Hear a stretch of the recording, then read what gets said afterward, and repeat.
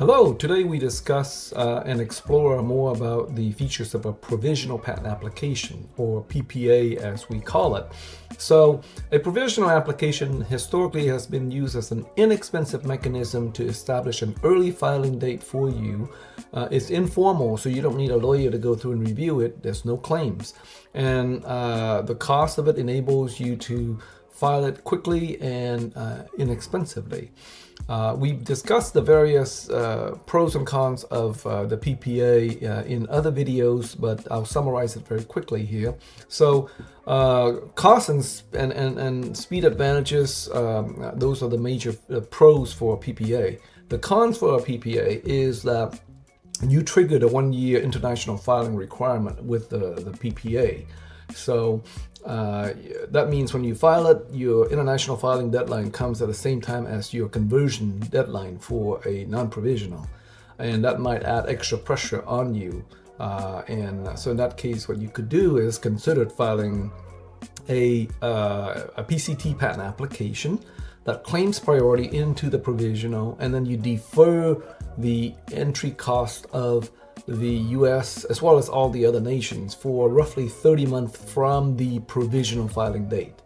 And so that will defer some of your costs. Now, the downside to that is if you delay the filing, you are also going to delay the examination process, which means they'll take your patent longer.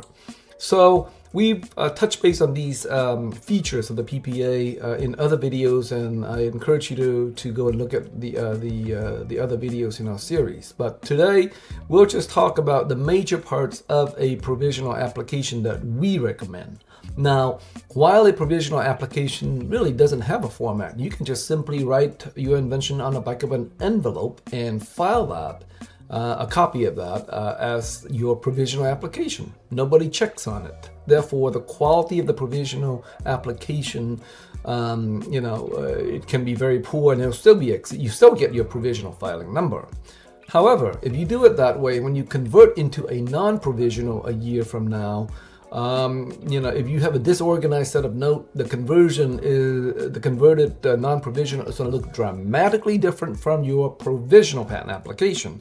And it may trigger some questions in the reader as to whether or not your provisional application, you're entitled to the priority date of your provisional application, because it looks so different.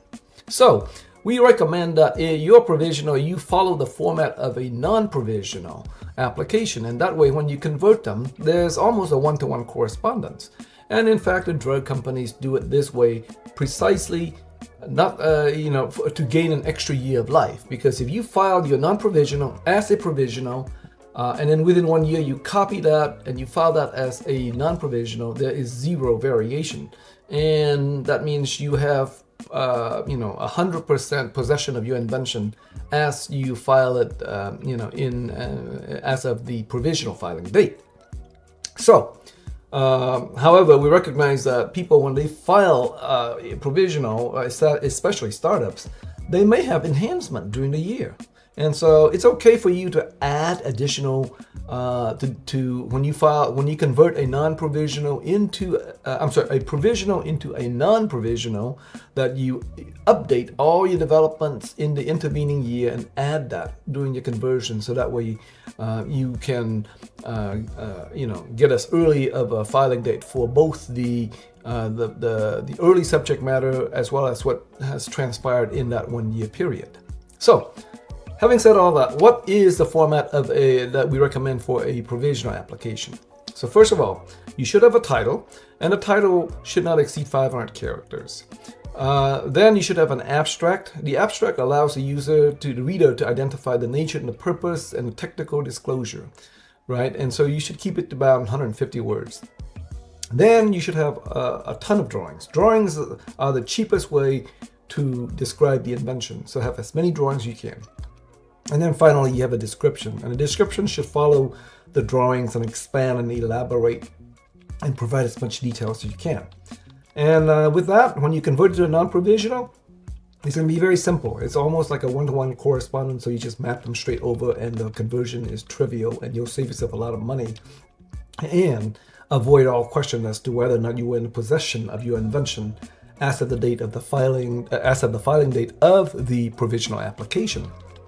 So a provisional application does not require claims. However, it may be useful for you to add the claims in the provisional to show that you're in complete possession of the invention when you file the provisional, because if you add your claims in the non-provisional application, people might think, oh, well, you had 1 year and now you're trying to overclaim, because now you're seeing perhaps a different way of claiming your invention that was not supported by the original provisional application. So while optional, we do the claims in the provisional application, and we recommend that.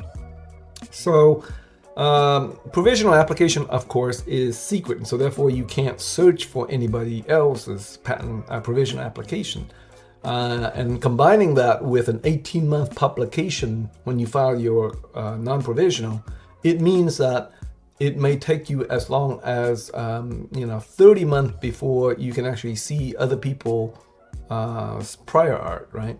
So if you can't search for them, how do you handle this? The answer is you provide as much details as possible, because no one, assuming that they're inventing separately and they're not copying each other, no one, very few people will solve the same problem exactly the same way. And so even in the worst case scenario where somebody in Russia is inventing exactly the same thing that you're doing, the approach is going to be different. So that having details in the provisional application will help you downstream, and so we recommend that as well.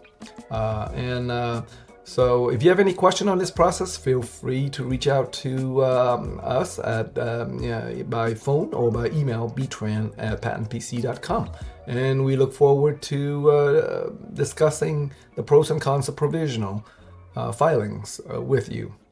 Go forth and be a productive and prosperous startup with the patent system. Thank you.